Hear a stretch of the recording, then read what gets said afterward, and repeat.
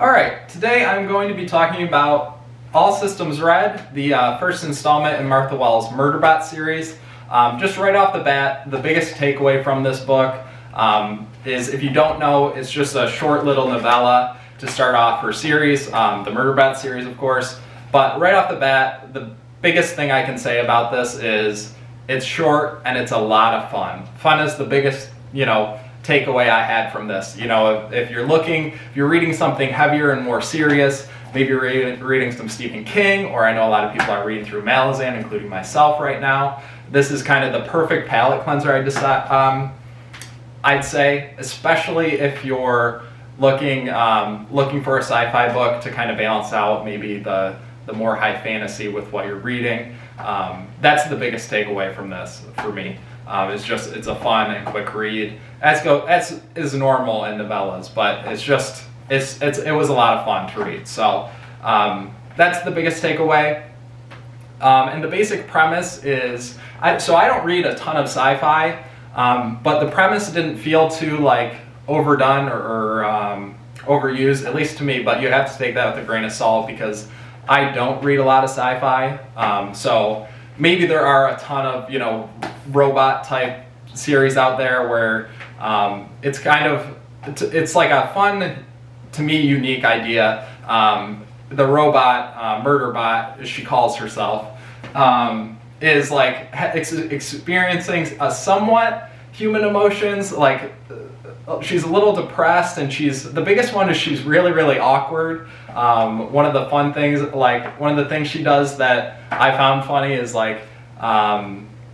when she's talking to people, she'll hijack the security cameras so she doesn't have to see them through her eyes. So she's almost watching the third person view of the conversation. So she's really, really awkward. She's a little bit depressed, kind of doesn't know what to do with herself.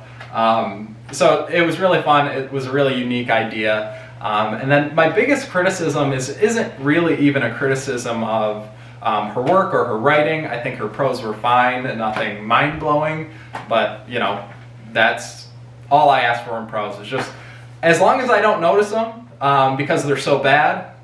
I love good prose, but as long as I'm not noticing them because they're so bad, then that's it for me. That's all I need for my prose. So, but my biggest criticism was it was through fault of my own. I had heard some reviews that this was one of the best series they read all year, or one of the best series they've ever read.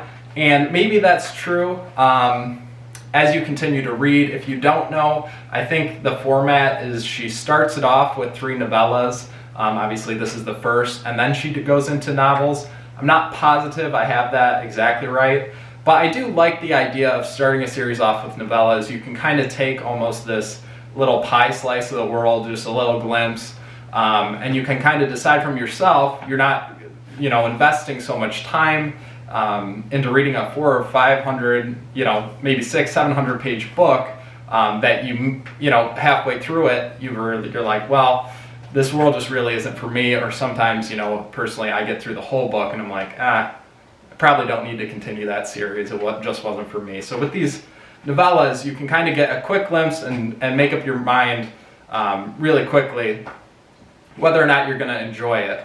But the biggest criticism, I keep trying to get to, that I had is that I just went in with too high expectations. If you go in thinking this is just going to be a fun novella that is going to entertain you for a few hours, maybe it's going to be one of your break books between the longer series you're reading.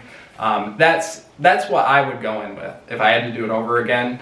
I set my expectations way too high, thinking this was going to be something that was going to kind of rock my world on Malazan levels of, oh, this is going to be great, which is just unfair for a book that's only 140 pages long.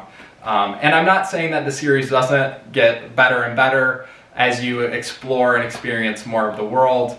But at least in the first one, it was just a fun read. It wasn't anything more than that for me. I liked Murderbot. That's the main character's name. I think it's written first person. I finished it a couple weeks ago, so I'm not positive. But you're seeing everything through her eyes. I don't know if it's written first person or third person from her perspective, though, off the top of my head. But anyways, I got sidetracked.